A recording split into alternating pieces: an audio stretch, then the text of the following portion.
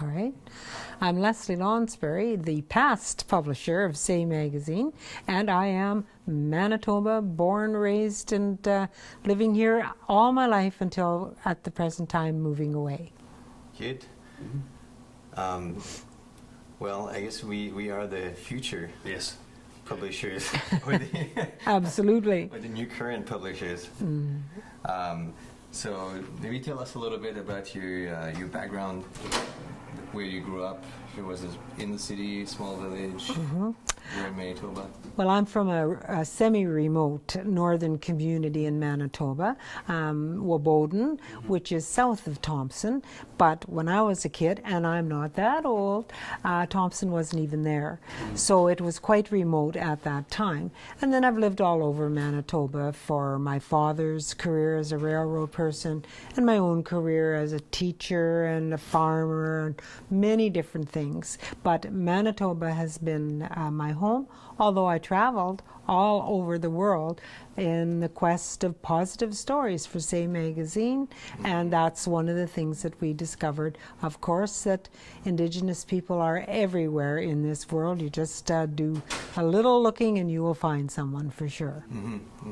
So where did you teach, and how long did you teach for? I taught in the community college system, both in the PAW at the college and then in Brandon. And then after teaching, I went into programs and other areas within education. So that teaching was about 20 years, and then some other work with the colleges was maybe another 15 or so. And so when did you think about, when did you think you wanted to be a publisher? Well, that was kind of an interesting story how it happened. As a Métis person, I was always unhappy about the amount of attention that Native people got in the education system. And I always thought there should be more attention. And I also felt that in my day, I'm not a young person, that the emphasis was on negative, not on positive. So I knew I would retire at 55 and thought that I would like to write positive stories and make people more aware and hopefully educate them as to what really was happening. However, when I started searching for places that would publish good news stories, there really weren't any. And we got turned down for funding for the Canadian Millennium Year, and then in Manitoba they had a program and the government changed, and by now I'm getting cranky because, no kidding. Well, you know, like there's supposed to be Why good. were they turning you down? What was some of the reasons they... Oh, they wouldn't just turn me down. They turned lots of people down, and in Manitoba the government changed and they scrapped the program entirely. So that kind of made me angry because of the attention on positive programs. So I said, well... So if you had a negative story, they wanted to hear this, but not the positive. Well, exactly. Negative sells more? Would you agree, Kent? Oh, I totally agree. I mean, that's the time APTN was about starting up as well. And, Exactly. yeah. People like the gossip, eh? Well, yes, and I mean, negative stories sell, right? And I mean, and the more that I guess these small positive stories, nobody's picking them up, right?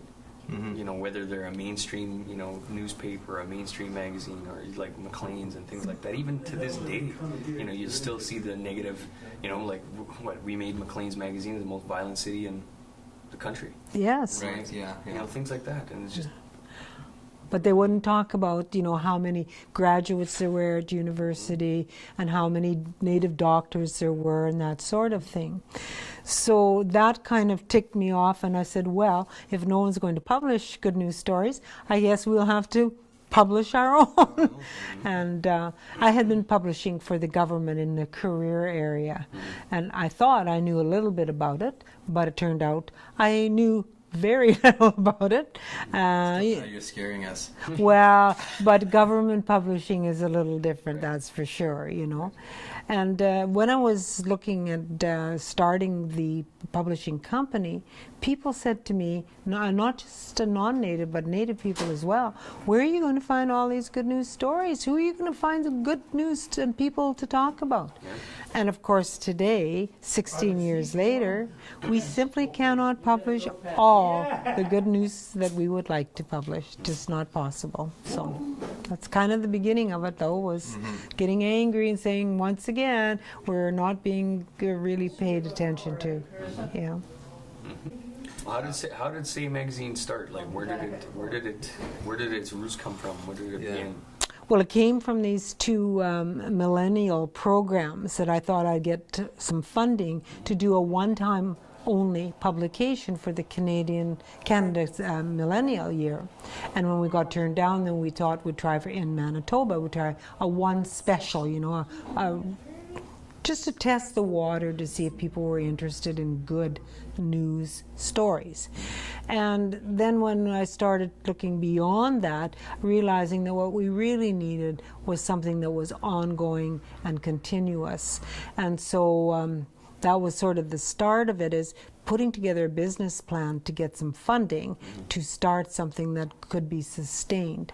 I was still working for the government in Brandon, and Jordan Tutu was playing hockey for the Brandon Wheat Kings at that time, and I knew Jordan and his brother through various things because he was a good spokesperson for young people, and they involved him in career things, etc. So we got him to be the sort of token or the start of it by testing it for us by being on the cover, and that was a great choice. He was a very influential young man, and of course, even better, all these years later, he has matured into a fine young man. So why did you end up calling it Say? What is the reason? Say took a long time. We could not figure out how to name this thing. We tried a couple other names, and when we checked them online, they were not the kind of background that we wanted for our magazine, so we had to start again. So we kept saying we wanted something about spirit and Aboriginal and youth, and so one day this member of our team said, well, spirit, Aboriginal and youth, if you look at the acronym, it's SAY. And but we've been struggling with this for over a year, trying to come up with something. And of course now today they've changed it from Aboriginal to Indigenous, so I'm expecting that perhaps the new owners may look at changing it. Who knows? Right, but the tagline is have you got yours saved? Yes, that's right. Yeah, it's kind of difficult to change it, but it did kind of catch on. It was quite all right, and seemed to work okay. And then the early logos didn't have the TP. That's correct. I saw a copy. I think it must have been one of your earliest magazine, and the logo was very different. Well, that was one of the people that worked for us, a Sioux man, and we were expanding into the States. And for one thing, they decided that really, why were we focusing only on youth? Because these older youth also wanted articles and things for them. Yeah, why aren't you doing? One of them. Exactly. So we needed it more native.